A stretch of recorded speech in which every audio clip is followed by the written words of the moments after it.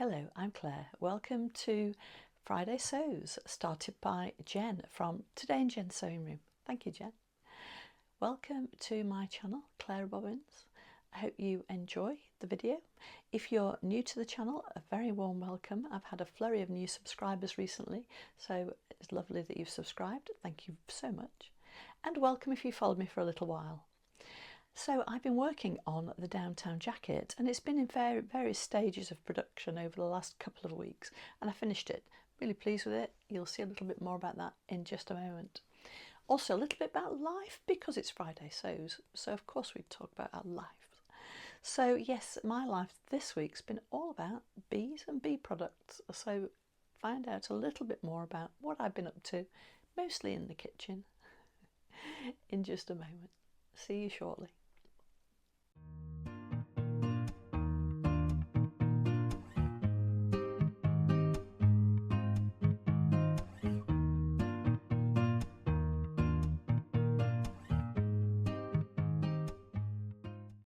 Hello, welcome back.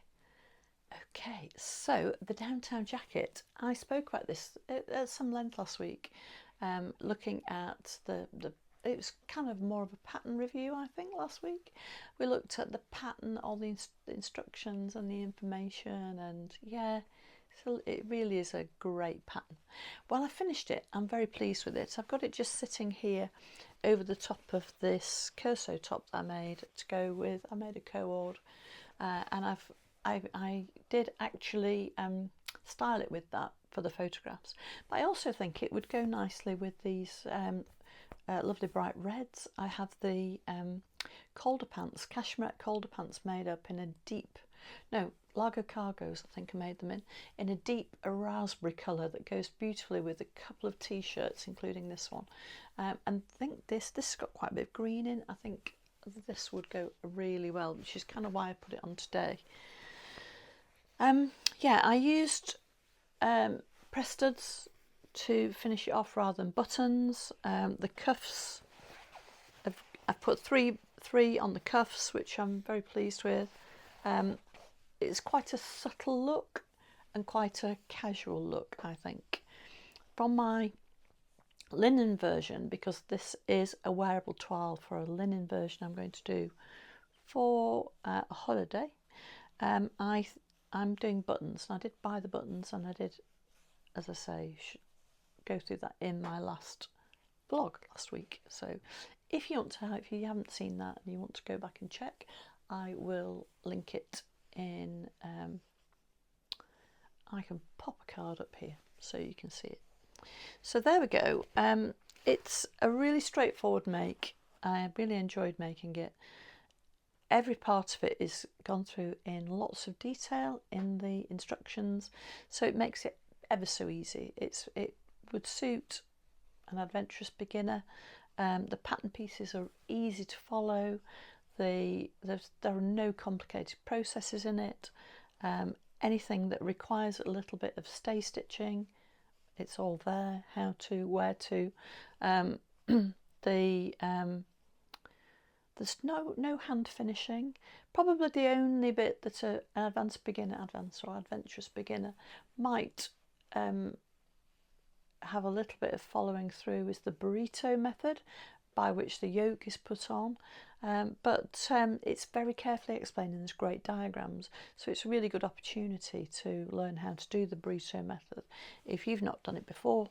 And what I mean by the burrito method, if you don't use that, is instead of hand sewing down the second part of the yoke, so the yoke facing, which used to be finished very much hand stitched down, you finish it inside out on the machine with the sleeves at the front and the back of the garment rolled inside like a burrito, hence the name. And then you just pull them out and it all turns the right way around and you're done.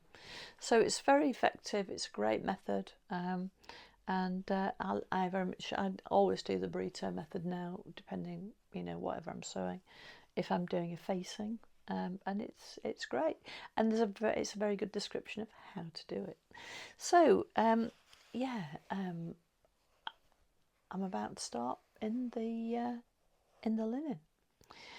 So other sewing projects I've got at the moment on the back burner, I intend to make probably linen shorts, maybe linen pants. And I bought the Pattern Emporium Getaway shorts pattern when I bought this, because I was so impressed with the video about this downtown jacket. If you've not got the pattern and you're thinking about buying it, the video is excellent. And Kate, I think it's Kate from Pattern Emporium, goes through different versions that she wears, and the different styling of it in different fabrics, and the different options you have with the pattern, so the different lengths and the different things. Like I did it all on this one really. So this is the middle length. I did the side splits, and I did the back pleat because I like that very full boxy shape, and I'm really pleased with that. I'm really pleased with how the back pleat looks. You get to see it on me in the photos, so I'll show you that. They're probably appearing up here as I'm speaking. Yeah, so I'm going to do that style in the linen. I'm still undecided whether or not to come down to do 3 bust versions, a full bust 1, a full bust 2 and a full bust 3. That are the 3 steps. And this is full bust 3, might come down to full bust 2. It's quite big, which is great for here at this time of the year, because I can wear a thin jumper underneath it and it'll be comfortable. But the linen one, I'm going to be in warm weather. I won't be wearing anything under it. So I'm just going to make a decision whether or not I just bring it down to that next full bust. I'll have another look at the full bust option. It is roomy at the front.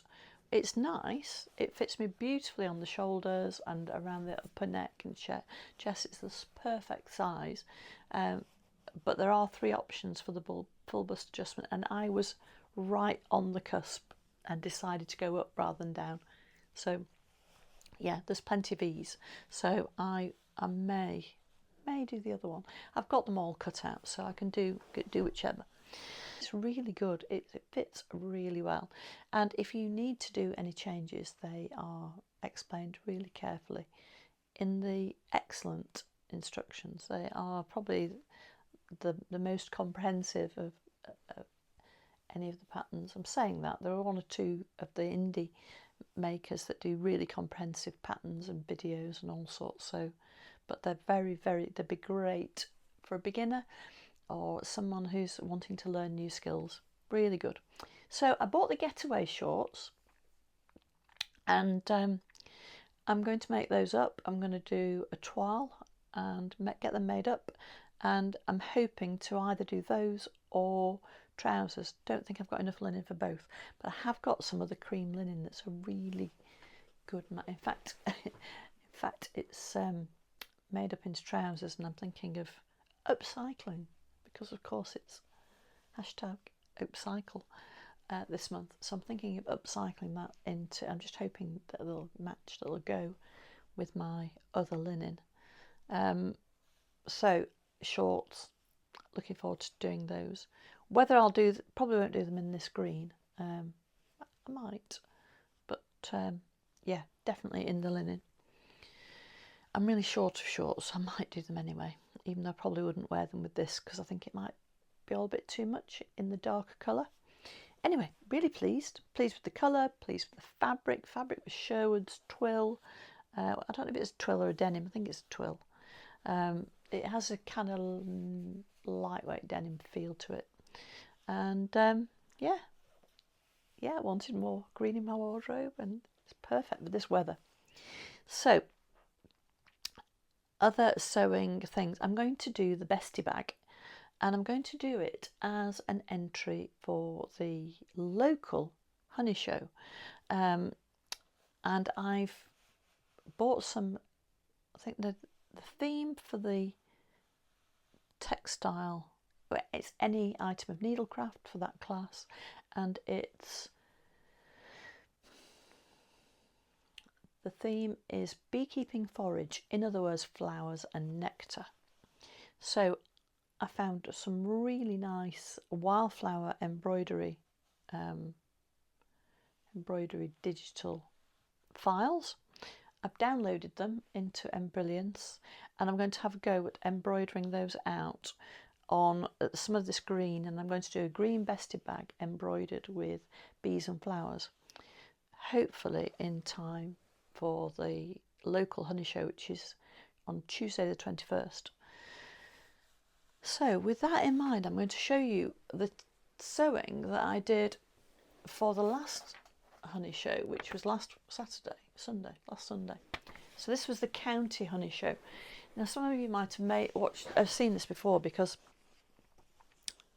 this was something I made for the local honey show a year ago. It was made specifically for the honey show, and so I showed it at the local show and then showed it at the county honey show. So hopefully if I finish the bag in time for Tuesday, that'll get shown at the honey show locally, and then that will go up to the county show next year. So yes, so this it's called At the Apiary. This is a photograph of Mr. Bobbins in our apiary at the bottom of the garden, and this is a list of the techniques that I used to make the cushion. So I used English paper piecing, that's these little hexagons here, and these are, I then machine appliqued those down onto the cushion. I used inkjet printing to print the photograph of Mr. Bobbins, and I did that onto a chemically treated cotton lawn, which was treated by the binder, the print ink binder, something 2000 that quilters know.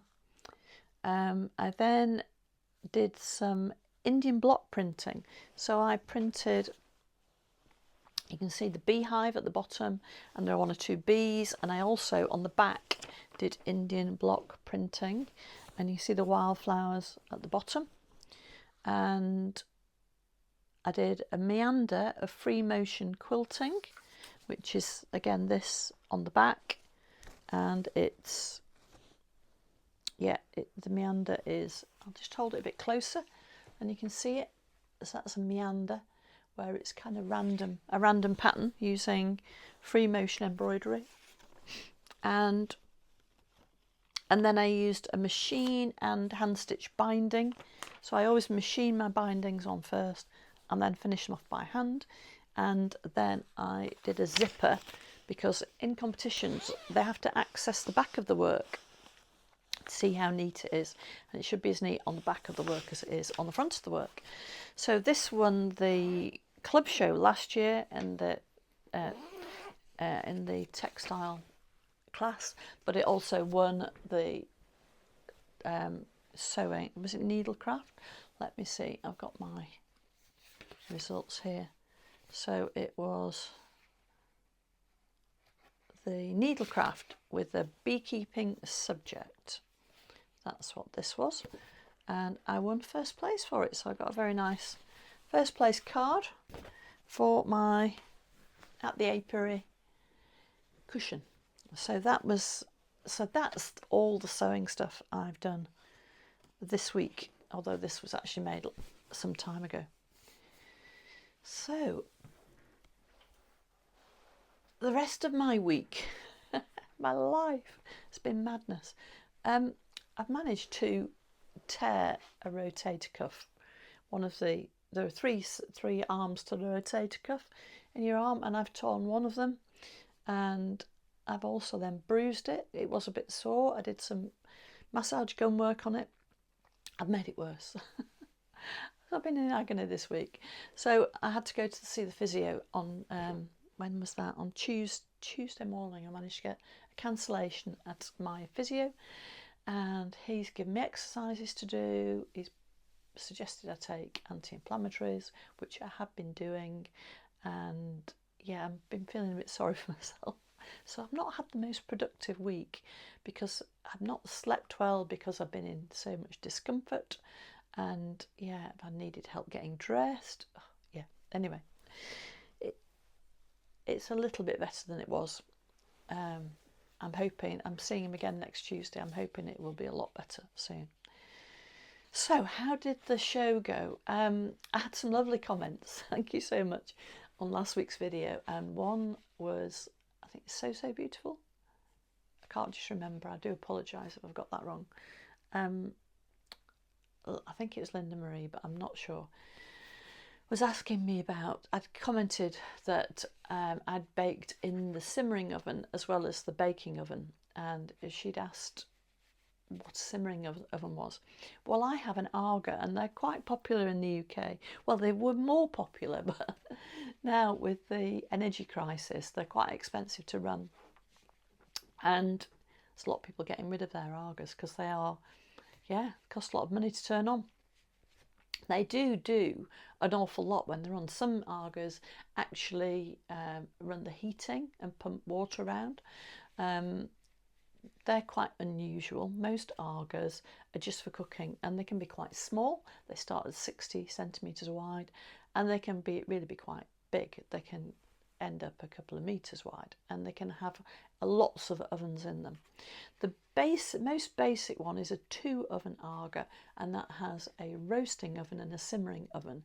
And if you want to reduce, the temperatures are fixed, and if you want to reduce the temperature, you put in a cold shelf, which is a fairly heavy gauge aluminium shelf that absorbs heat. So you'd have a couple of those if you had a 2-oven Arga, and you start your cake off, put your cold shelf in, put your cake underneath, and that would reduce the temperature down, and then you'd take that out and put another cold shelf in to keep it cool.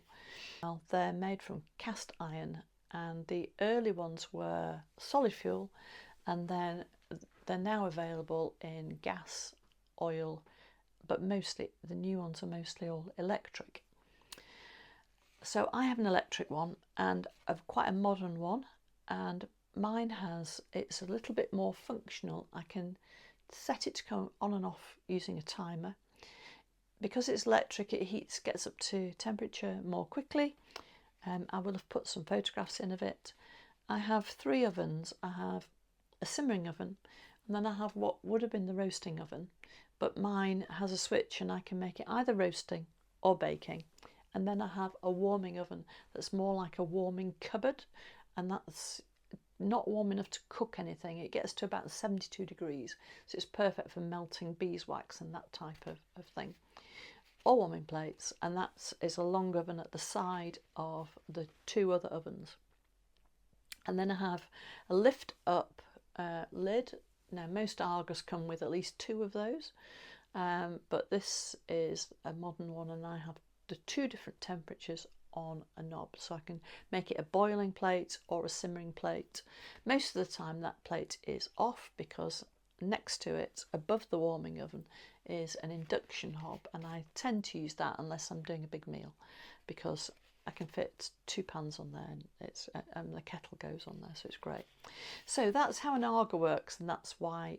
So when you're baking with honey burns very easily, so it's important not to have the temperature too high. So I start my baking off in the baking oven, and then I move it down to the simmering oven for it to finish, rather like if you were doing a Christmas cake and baking it overnight in a simmering oven. So recipes for Argas are slightly different. They work on the different temperature ovens, and you can move your item, whatever you're cooking, into different parts of the oven for it to be hotter or cooler. So the grill is right under the top of the roasting oven, the very, very top, but you can also put pans in on the bottom of the roasting oven, and that acts like a big hot plate. So if I was cooking steak, for example, or grilling something, I didn't want any fat or any smell in the room, I'd do that on the floor of the roasting oven, in the actual oven, and then any fat that was spitting, I do that on my griddle in there. So it's a really great way of cooking if you're used to it, but it does take some getting used to. So that's why I was referring to simmering oven and the difficulties of baking with honey. So I obviously did okay because my honey sultana and cherry cake came first. So I was really pleased with that. I didn't get anywhere with my flapjacks. I did flapjacks, fudge, the honey and cherry cake, gingerbread. Yeah, that was it. But I was very pleased to win that because it was a big class, so lots of cakes, and I was chuffed to bits to win that. So I had, those of them had 2 wins, my sewing and my baking. I then had 2 more first prizes, and these first prizes was for honey. And the first one was for a shallow frame of honey. Now, honey is put by the bees into a honey super, and they're stacked in boxes above the brood box where the bees live. And the worker bees fill up the honey supers with spare honey. They have the honey they immediately need in the brood box, and that is always theirs. We don't take any honey from the brood box. In fact, all of our colonies still have a whole super full of honey on them. So we only take the surplus honey, which comes from big hives, because bees don't just stop because they've got enough. They're hardwired to collect nectar and to convert it into honey. So they just keep going. And if you've got a really big colony of 60,000 bees in the summer and the nectar flow is on, they will just keep filling the hive with honey. So you have to keep putting boxes on, more and more boxes, so your hives end up really tall, and you get lots of honey. Conversely, if you've got a smaller colony and the weather's not great, you can end up with no surplus honey and not enough honey, and you can end up so that the bees, if you didn't feed them, would starve. And that happens as well. June is a time when that can happen, or even March, when they're coming out of winter and the stores are low. So those are times when beekeepers tend to feed their colonies or check they've got enough food. All of ours at the moment have got masses of stores, but if it's warm weather and it's wet, they can soon work through those stores once the numbers of bees start to grow. So that's something all good beekeepers keep an eye on. So yeah, our bees have been very productive. We've had lots of surplus honey, and one of the ways, one of the classes is to show a frame of honey that's ready for extraction, and that's what I've won this for. And you display it in a case, and there will be a photograph of the honey frame in the case that I won first prize with. So that was my 3rd first prize, which I was very pleased with. So that was in the comb honey class. The final class that I did well in, actually it's not quite the final, I'll come back to this one because this was my best result, but one of the other classes I got a highly commended in. So I had a 4 firsts and a highly commended. This was for 3 beeswax candles, and the reason why, there was a nice note from the judge, and she'd written me a little note. It was the first time I'd done the county show, and I've only done 2 local shows before, but I've only shown hand-dipped candles once before, and I didn't realise that they judged the base of the candle as well. And I'd set them in shot glasses, and because they were a bit big, I'd put them in the shot glasses and I'd filled the bottom of the shot glass with wax and set them in. And because she couldn't judge the bottom of the candle, and therefore couldn't, it would be unfair for her to have judged it, she couldn't judge it accurately, I just got the highly commended, but I got a nice note. So for the local honey show, I will be exhibiting my candles out of the wax. So you learn as you go along. I'm very new to showing. Don't know how much showing I'll do, but I can't imagine I'll be going to the national. But yeah, so my most successful one was this one, and this was first prize in the container of cut comb. So there are plastic containers, and it had to be, I think it was over 180 grams, but comb, the pure comb. There's no thick layer of foundation in the centre. And for that, I got a first prize, but I also won Best Comb Honey. And for that, there was some silverware, and I won this beautiful 1926 silver cup. So that was my prize to hold for the year and get engraved. A lot of the great and the good from the honey beekeeping world from Cheshire. I've got their names on this lovely trophy. So this is the Jubilee Cup from the Cheshire County Honeybee Association, Beekeepers Association. And there we go. So I was very pleased with that. So I had a very successful day, and I learnt a lot as well. So I'm hoping to build on that and learn more. Yeah, so it was all good fun. Well, that's it from me today. You'll get to find out next week how I got on with the embroidery and the bestie bag. Did I manage to get it finished? Did I enter anything at all into the needlework class?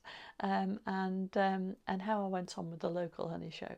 So, and hopefully my shoulder will be starting to feel better. We go on holiday in 5 weeks. So I really need it better before I go on holiday. I suspect rotor cuff injuries take a little while, so there might be a bit more physio on the cards. So yeah, we'll see how that goes.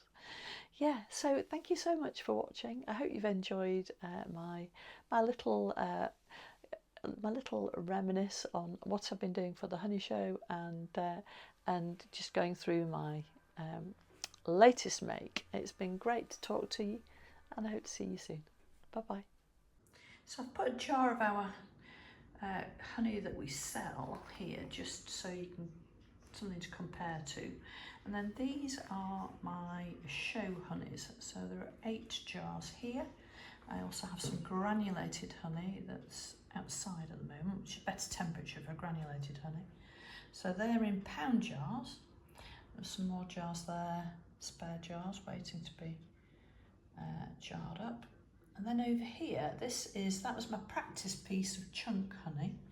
So I have a template, and I have to cut out the honeycomb, the biggest possible piece to go into the jar. So this has been made by the bees. This is the rest of the comb. And I need to extract the honey from this to go around those 2 sections of honeycomb. This is called a section of honeycomb, and this will be displayed in a plastic case. And then this is the original comb, and I'll be getting every last bit of honey out of that. That's the case for the honey section. So that's just a little bit of information about the honeys that I've been preparing for the show. So I'll just finish these 2 comb sections, and then I can get on with my candle making.